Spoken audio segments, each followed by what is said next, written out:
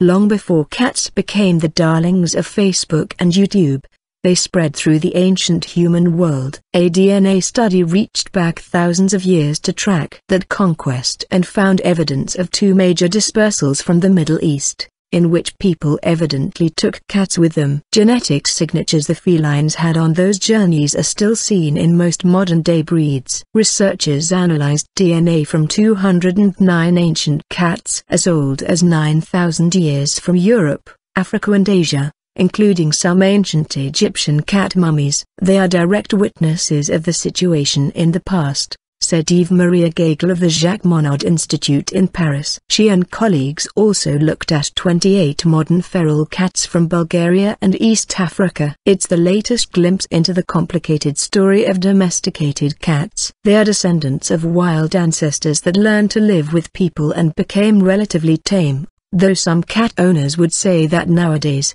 they don't always seem enthusiastic about our company.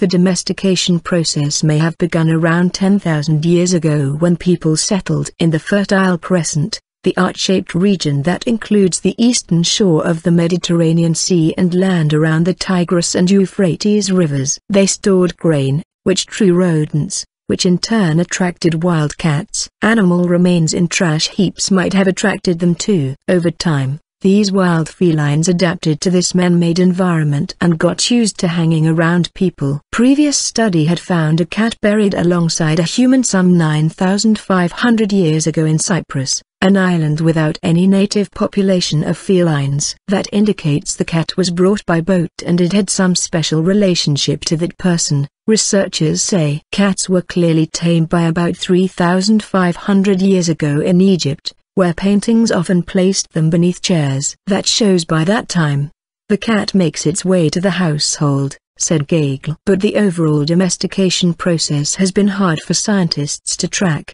in part because fossils' skeletons don't reveal whether a cat was wild or domesticated. It's easier to distinguish dogs, our first domesticated animal, from their wolf ancestors. Dogs evolved from wolves that had begun to associate with people even before farming began, perhaps drawn by the food the humans left behind. The new study tracked the spread of specific cat DNA markers over long distances through time, a sign that people had taken cats with them. Results were released Monday by the journal Nature Ecology and Evolution. The study strengthens and refines previous work, said Carlos Driscoll of the Wildlife Institute of India.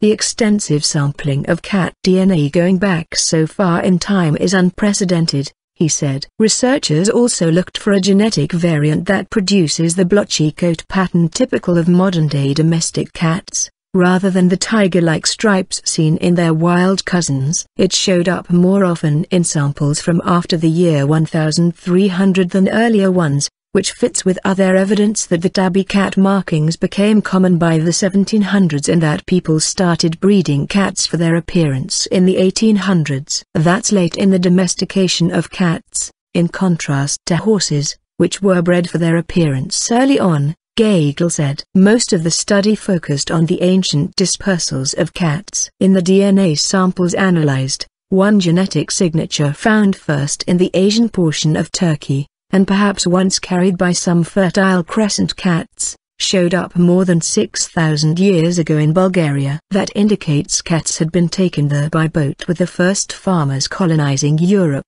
Geigl said. It also appeared more than 5,000 years ago in Romania, as well as around 3,000 years ago in Greece. A second genetic signature, first seen in Egypt, had reached Europe between the 1st and 5th centuries, as shown by a sample from Bulgaria. It was found in a 7th century sample from a Viking trading port in northern Europe, and an 8th century sample from Iran. The dispersal of the cats across the Mediterranean was probably encouraged by their usefulness in controlling rodents and other pests on ships, the researchers said.